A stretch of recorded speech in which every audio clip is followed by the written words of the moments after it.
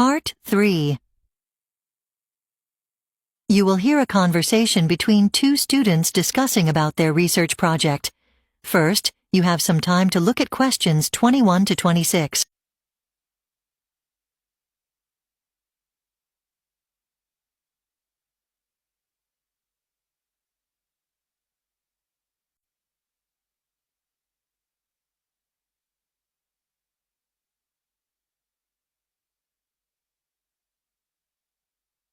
Now listen carefully and answer questions 21 to 26.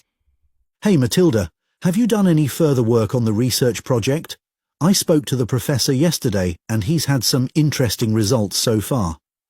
Yes, I've been analyzing the data we've received, and the results are similar to those the professor talked about.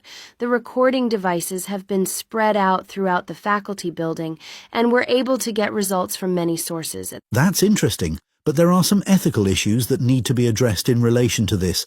The school has very high standards regarding this, and it's important we take the issue seriously.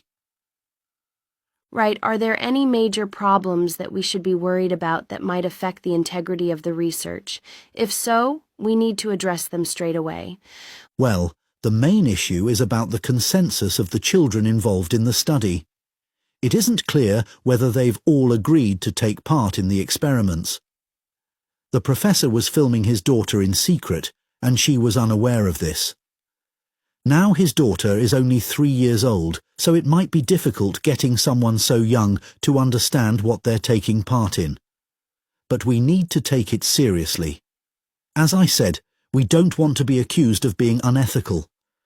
I see. Yes, you're right. I suggest we'd better develop a consent form for parents to fill in. I think that's the best way to go about it.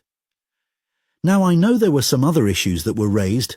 Can you please explain to me what some parents said? I'm not entirely sure I followed. Yes, some expressed a concern that speaking to their children with less complex language structures would negatively affect their child's language development. But that isn't the case.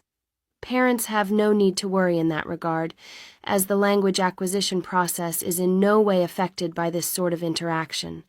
Okay, well, that's fairly obvious from the results, I suppose. The tools we use to collect data have been refined and broadly applied in multiple research areas. Yes, I spoke to the professor about that yesterday. Right, anyway, I've already made a start on writing up some of the research results, and one of the more fascinating findings relates to the way in which language is acquired. Most people begin studying a language at its roots and try to understand the basis of the individual words.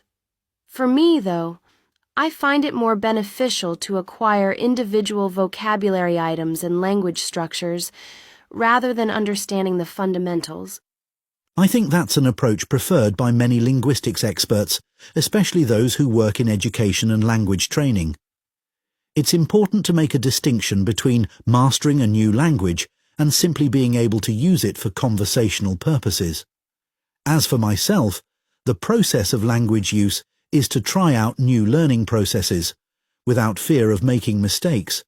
Of course, in some cultures and learning environments, making mistakes is not acceptable, and this is a real drawback for the students. I agree with most of that, especially the idea that making mistakes is a necessary part of the learning process. Before you hear the rest of the conversation, you have some time to look at questions 27 to 30.